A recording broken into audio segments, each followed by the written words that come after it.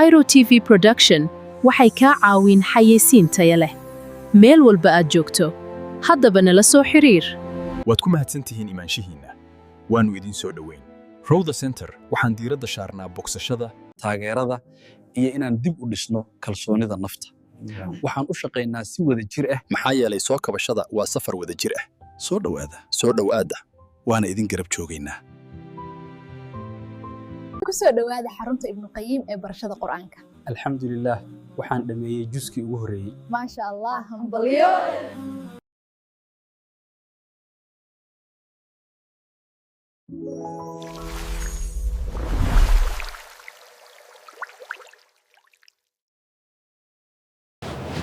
بسم الله الرحمن الرحيم داود يركسو دوادا ايرو تي في برنامج كينيا برونو شو aad baan idin salaameynaa meel baad joogtaan iyo xilli walba idin tahay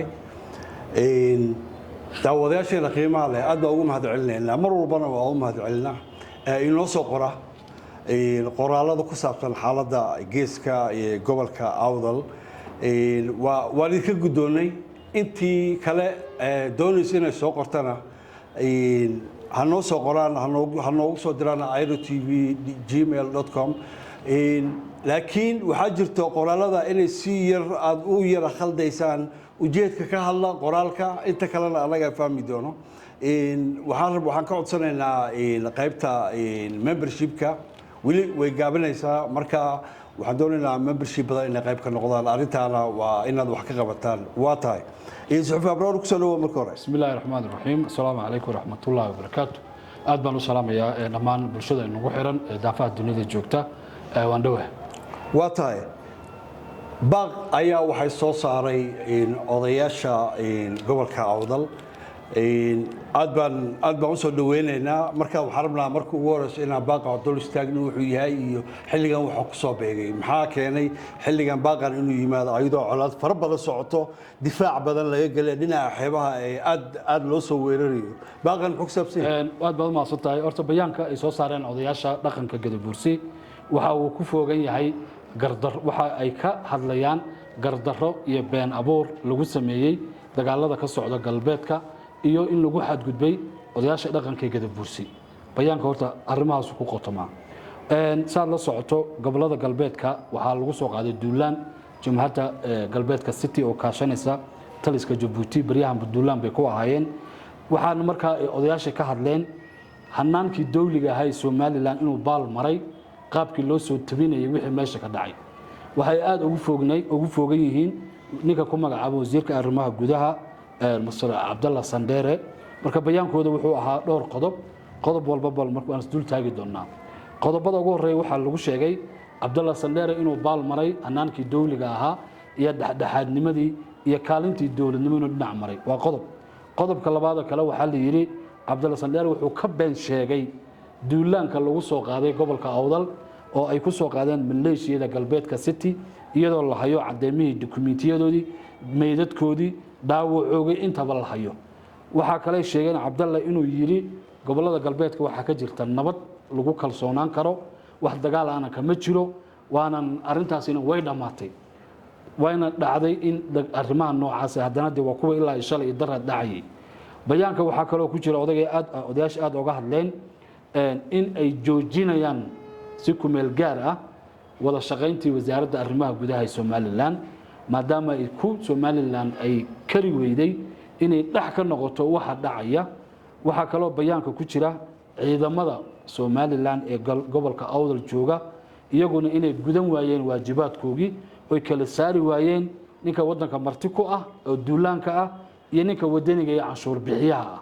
marka bayaanku wuxuu u muuqdaa odayaashu maadaama ay ka dhur sugayeen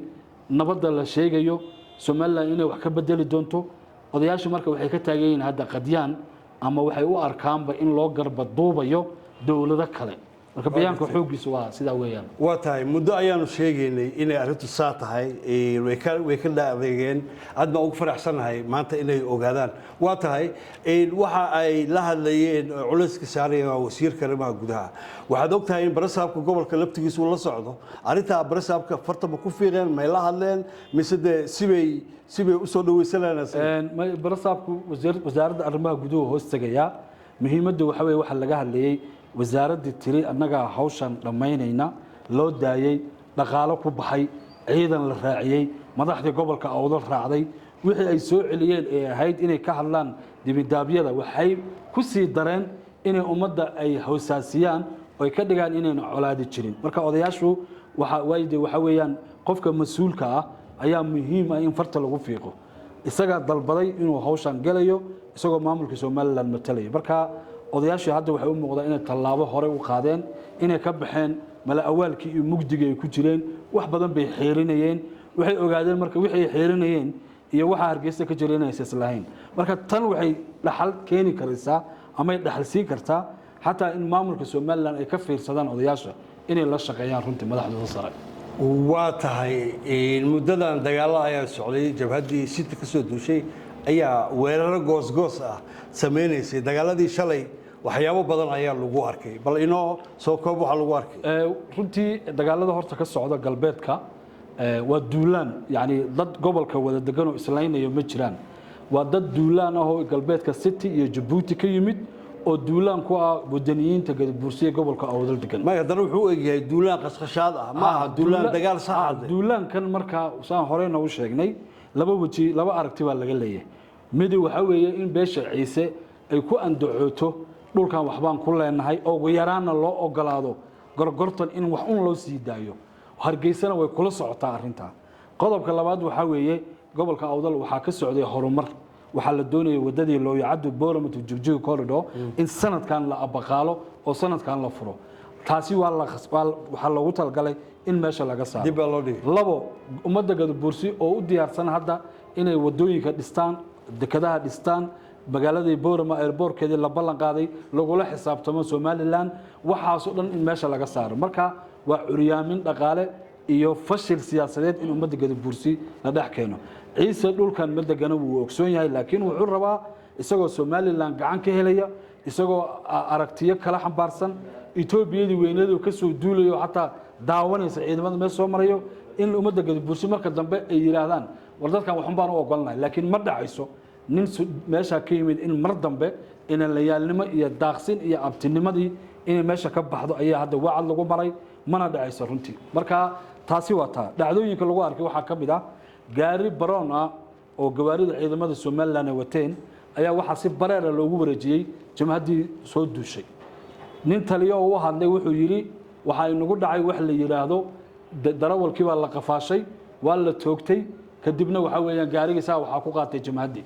waa hadal been ah oo ka fog runta waa lagu wareejinaya waa lagu wareejiyey marka dadka goobjoogayaashu waxay sheegeen in si toos loogu wareejiyey dadkii kale askartaana waxay yidhaahdeen haddii gaarigaas hal qof uu dhaawac gaarsiiyo dil iska daaye gebi waxaa u qoolan kuwa ku magacaaba ciidamada somalilan qodobka kale cajiibka waxa weeye oo meel walbada ku jira sarkaal ka yimid gobolada bariga oo wata ciidamadii meesha loo diray oo loo diray in la soo qabto dambiilayaasha iyo waxaa sheekaysanaya maleeshiyadii ciise oo galbeedka city ka yimid ninkan wuxuu leeyahay sarkaalka ah oo wax ka baxsan sarkaalnimada iyo hanaanka loo tababaray xataa ma garanayo dhulkan anigu ma aqaan xataa macooydeedii afaraad ma iman ayuu leeyahay shalay baan imid anigu idima kala garanayo xataa wuxuu taagan yahay gadabuursidii ciise ma kala garanayo waa nin dhan oo laleeyahay wadanka ciidan buu ka yahay waa taliya nin jamhaddii ka mid ahaa ciise oo meesha taagana wuxuu yidhi anigu qudheeda shalay baan imid dhulka ma kala garanayo laakiin haddana dhulkaana ka dagaalamayna marka waxa isweydiinta leh waxay tahay sarkaal la xaaltamaya jamhad soo duushay oo dambiilayaal ah oo ninkii dambiilaha iyo sarkaalkii ay labadaba garamayaan ay u wada sheekaysanayaan si laba nin walaalo ah meeshii waxaa ka baxday marka in raggaa sarkaalku uu yidhaahdo haddaad shalay timaadeen dhulkan shaqadiina maaha galbeedka city baa ka timaadeen in la xirxiro oo la maxkamadeeyo ayay ahayd marka waxaa socota murtidii ahayd col ku dhac tuugna kuu ciidan galbeedka city ragga ka soo dhacay waa col ragga hargeysa ka imanayna waa tuug la socoto kuwani ummadda loo shireeyo dhulkooga la qaybsanayna waa ummadda gadabuursi marka dadku waa inay fahmaan dhowr iyo soddonka gu in meesha dhibaato ka socotay 15 sano ayaanu leenahay war somalilan baa mas-uul ka ah in dhul gadabuursi la bixiyo ama la sheegto cid kale mas-uulka ma aha runtii sheekada dee wadacadda saas sheegtay adeegta waacadda daawadayaal waxaad nagala socotaan waa Airo TV iyo barnaamijkeena Abrona Show waa tahay madaxweyne ku-xigeenka gooligoostka Maxamed Cali laba waji ayuu leeyahay wuxuu ku soo foojigan yahay hadda ku soo socdaa gobolka awdal inuu yimaado arrimahan awgood labadiisa waji markuu dhinaca iyo bariga tagayo waa nin xay iyo dhisan oo aad u tallaabeenaya laakiin markuu soo aado dhinaca awdal soo aado gees buu socdaa saabuu yiraahdaa waa nin tabcaan oo dee aad u niyad jabsan bal waxaa inooga warataa ujeeddadu uu imanayo xilligan asagoo dee meel mashaariic ka soo furayay halkan ma mashaariicu ka furi doonaa mise halkan maxay tahay ujeeddadiisa ujeeddadiisa waxa weeye waxaan ku masalayaa dhacdooyin dunida ka dhaco waaweyn waxaa jira waddanka Mareykanka markuu la xaajoonayo dalka Pakistan iyo India markuu la xaajoonayo laba waji buu kula xaajoodaa Pakistan waxa lagu yiraahdaa waa inaad nuclear-ka ilaalisaan waa inaad argagixisada soo qabataan lacag baa lagu siiyaa Indiana waxa lagala hadlaa technology-ga iyo horumarka iyo ganacsiga dunida iyo sida caalamka dhaqaalaha loo abuurayo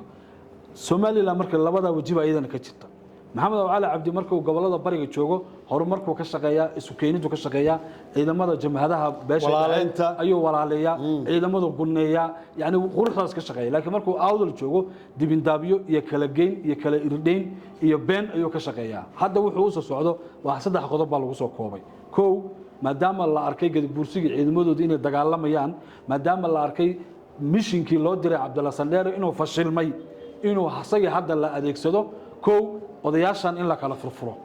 waliba waxa leeyahay Suldaan Maxamed iyo Suldaan Samatar iyo Suldaan Dhawal baa la rabaa in remoorka laga furo inta kale ku xiran in laga gooyo oo liyaado adigu dhadhaar hebel baa taa adna dhadhaar hebel baa taa sheekadaas horta u socdaa waana sheeko lagu hungoobay gadabuursi hore ugu jabay haddana laga gudbay waa qodobka labaad wuxuu doonayaa inuu sameeyo wixii Cabdalla Sandheere uu qaaday ee dukumentiga beenta ahaa ciise laga dhigay inuu awdal degan yahay in la xalaaleeyo oo liyaado gadabuursin intaas uu degan yahay ciise intaas uu degan yahay dhibaataduna waxay ku egtahay waa intaas dhibaatada halka lagu joojiyo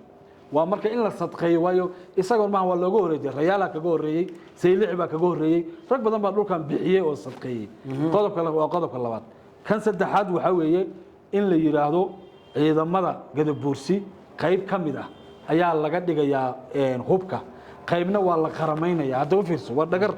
dhalinyarada isku sidkanay gadabuursiga u dhimanaya dalkooga iyo dadkooga in la kala saafo liyaado qaybtaana Somaliland baa caashaqday oo hubba la siinaya iyo dress qaybtaana looma baahno waa marka waa gadabuursi hays dilo horta saddexda qodob ayaa la saadaalinayaa gundhigna waayo ninka Hargeysa jooga ninka Boorama jooga war isuma seegano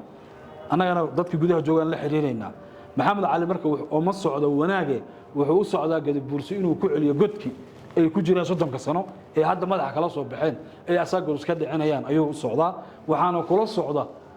caloosha shaqaystayaasha wasiirada sheeganaya xildhibaanada maamulka u shaqeeyay kulligood waa ku wada jira waa tahay arinta u socda ma laga yeeli doonaa ma u hirgeli doontaa arinta wasleeda horta dhaqaalo wadaa dhaqaalihii carabta laga keenay ee hadda la soo wadaamiyay iyo meelo badan lacag qaadashay leedahay laakiin qaadashay leedahay waxaan leenahay laga qaato laakiin mishinka iyo wuxuu u socdo yur hal yiraahdaan leenahay marka aniga waxaan qabaa gadabuursi maanta kii hore ma odayaasha waa soo jeedaan dhalinyaradii waa wacad bay ku mareen maamulka Somaliland wuu fashilmay Somaliland inay u hiilinayso jamhadda way cadaatay dawladnimadii ay sheeganayeen been noqotay qabaa'ilaa meesha ka soo baxay waxaan ka hadli doonaa dacaayado iyo munaafiq ay la wareegayaan qaar sheeganaya inay yihiin beesha dhaxyogana waa tahay daawadayaal dhawaan waxaanu bilaabi doonaa aan ugu yaboohayno dhalinyarada difaaca gobolka Awdal iyo qoysaskooda si ay wax u gaari lahaayeen bisha Ramadaan marka barnaamijyada waan soo diyaarinaynaa waxaad arki doontaan xayisiinta aan ugu talagalnay iyo akoonada lacagta lagu soo shubi doono marka ha u deemaan lahaanina la socda sidii loo caawin lahaa difaaca gobolka waa tahay gadabuursi ciisihii soo duulay oo garab ka haysto isaaqa uu iska dhiciyay isaaqii afku ku dhuftay ciisaana sidoo kale marka hadda maamulkii ka dhaxeeyay waxaan ognahay xilligii la xasuuqiyay dhalinyarada beesha isaaq inay ka aamustaa arintaa waxba ka oran marka maanta inay hadallada caayada media soo mariyaan maxaa keenay waxaa keenaya laba arrimood gadabuursigu wuxuu ahaa dad la ammaano qofka ku ammaanaya qofka ku ammaanaya xuquuqdaadii buu haystaa haddaad aragtid ninku ammaanaya waa nin xaqa iyo xuquuqdaadii haysta haddaad aragtid ninku caayayo waad fahan isagii baad fahantay gadabuursiga maanta wuxuu fahmay in sida loo dhaqmo iyo sida Soomaalida u nooshay caayada marka waxa keenaya maxaad u dagaalanteen maxaad ciisaha gafuurka ugu dhufateen maxaad isaaqa u diideen maxaad maamul adinka hadleeda u samaysanaysaan maxaad guddi odayaal iyo siyaasiyiin iyo dhaqan iyo u samaysanaysaan yaani waxa weeyaan ammaantii madax salaaxi iyo meesha ka baxay labo ummadan runtii gadabursi waa ma aad u dulqaad badan saa mar walba ka hadalno beesha dhexe maanta waxaan ay ku nooshay ilaahay ka sokow ay ku faanayso gadabursi waa mas'uulka isaaq abaal ma leh hadduu abaal leeyahay nin marti ah ma soo dhawaysan lahayn oo ninka wadaniga ba fogeyn lahayn Soomaad garan wadanigeena malaha aqoon baday dad waxa la kareeyay salaadiin ku magacaaban oo xayraamiin ah oo dadka gidaarada laga soo qabtaa qoolo siyaasiyiin sheegta ina Soomaaliya maalintii waan ka hadlaynay oo ku jiro oo la yiri waa inaad dacayeeysaan ummadda gadabursi waxay caayayaan salaadiintii waxay caayayaan isirka gadabursi waxay si qaldan ay Soomaaliya ugu sheegayaan dhulkii gadabursiga inay leeyihiin ciisaaba iska leh arrintaasi marka waa arrin dhaqaale lagaga helo Djibouti Hargeysa lagaga helo waa waxaan hore u naqaanay marka anagu waxaan leenahay dameeran saaranayo dhuusadiisa maxay iga tari betra Soomaalidu dameero ciyaya weeyaan marka aska dhuusaan cid u joojinayso ma jirto isaaqna waa la xisaabtami kuwan martida ah awalna joogayna de martidoodii way maadaama ay wixii ay ku joogeen ka soo bixi waayeen iyagana waa la xisaabtami marka maanta waxa weeyaan ayadan iyo aflagaadadani waxa keenaya kulaylka ay dareemeen gadabursiga oo istaagay gadabursiga maanta Soomaalida u dhaqmaya oo yur iska leh cid kasta oo ku soo damacdo dhulkooda taas marka guddigu waa runtii waa taa ugu dambeyntii waxaan u arkaynay kol hore in kooxda Soomaaliya kooxda Hargeysa gooni goosita taageerta heesaha qaado heesina u qaaday Djibouti ku dacaydeenayso shalay waxa la soo saaray hees ajaayib ah ay reer Djibouti fanaanada weyn ee Aamina ay ku dhex jirto ka dhex muuqato hees ayadana ay ku karbaashayaan macnaha Hargeysa lagu karbaashay Hargeysa Djibouti bakal maarmaan shacabka moqtay haddana waxaad moodaa in erayo la isku tiranayo abwaano la isticmaalayo la isku tiranayo arrintaas marka ruwaayad ba ilaa ruwaayadta waxaan ku aragnaa in Hargeysa inay u hiilinayso Ciisa city ka soo duulay marka tan waa ruwaayad kala ruwaayadahaas oo dhan waxa loo jileeyaa waa gadabursi waa wax jira gadabursi aan ruwaayad jilay maalmo ka hor Hargeysa waxay caayayso oo heesa caay u tirisay koonfur galbeed maamulka Soomaaliya ee koonfur galbeed oo kooxda koonfur galbeed oo Hargeysa yaani karbaashtay oo Yahuudi iyagiba ayay u tirinayeen marka dhalinyaradan xidigaha ku magacaaban waa dad marba meel loo jeediyo mabaadi iyo siyaasad iyo hadaf ma laha marka marba meel loo jeediyaa Djibouti iyo Hargeysa marka ma kala maarmayaan waa sideena Boorame iyo Djibouti u kala maarmayn iyo runtu u kala maarmayn laakiin siyaasadaha marka jira doqonta ku hafata ninka ragga uu yaqaana gadaal buu uga fariisanaya laakiin waxaad moodaa filimada la jilay aktarada inay gudbirsiin dhinaca siyaasadda inay macna guud ahaanba jilitaan ku dhan inuu gudbirsiin aktarkiye run gudbirsigu xidigaha wax jila ama aktarada iyaga weeyaan siyaasadda meel walba iyaga sababtoo iyaga laga maarmo waayo meel walba iyaga degan dhulka dhan waxa degan camiro waa iyaga marka iyagu meel ay ka maqayeen dhadhan ma leh cid daawanaysa filimka ma leh waa jilayaal fiican oo caalami ah oo aqoon u leh waxani laakiin oo baariya rabaayada waxa laga qariyay toodi waa rabaayada marka toodi waa laga qariyay laakiin hadda dib bay u soo jeesan doonaan waa tahay daawadayaal saan idin sheegnay barnaamijka Yaboha dhalinyarada difaaca gobolka Awdal waa muhiim arintaas barnaamijkaas ayaa sameyn doonaa lacag ayaa loo baahan yahay si loo caawiyo dhalinyarada iyo qoysaskooda ay u noolaadaan ayagoo markaana difaacaya gobolka ka yureynaya cadowga ku soo duulay marka barnaamijyadeena la socda inta ku kulmeyno barnaamijkan barnaamij la mid ah fi amaanillah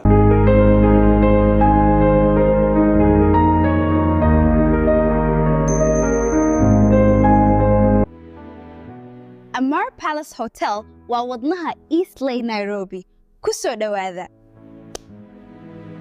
waxaa idinku soo dhaweyn doona shaqaale loo carbiyeeyay shaqada dhawaada macmacaanka iyo pizza macaan Airo TV waxay ka caawin sidii loo sameyn lahaa xayeysiin ka hadlaysa ganacsigaaga nagala soo xiriir airotv@gmail.com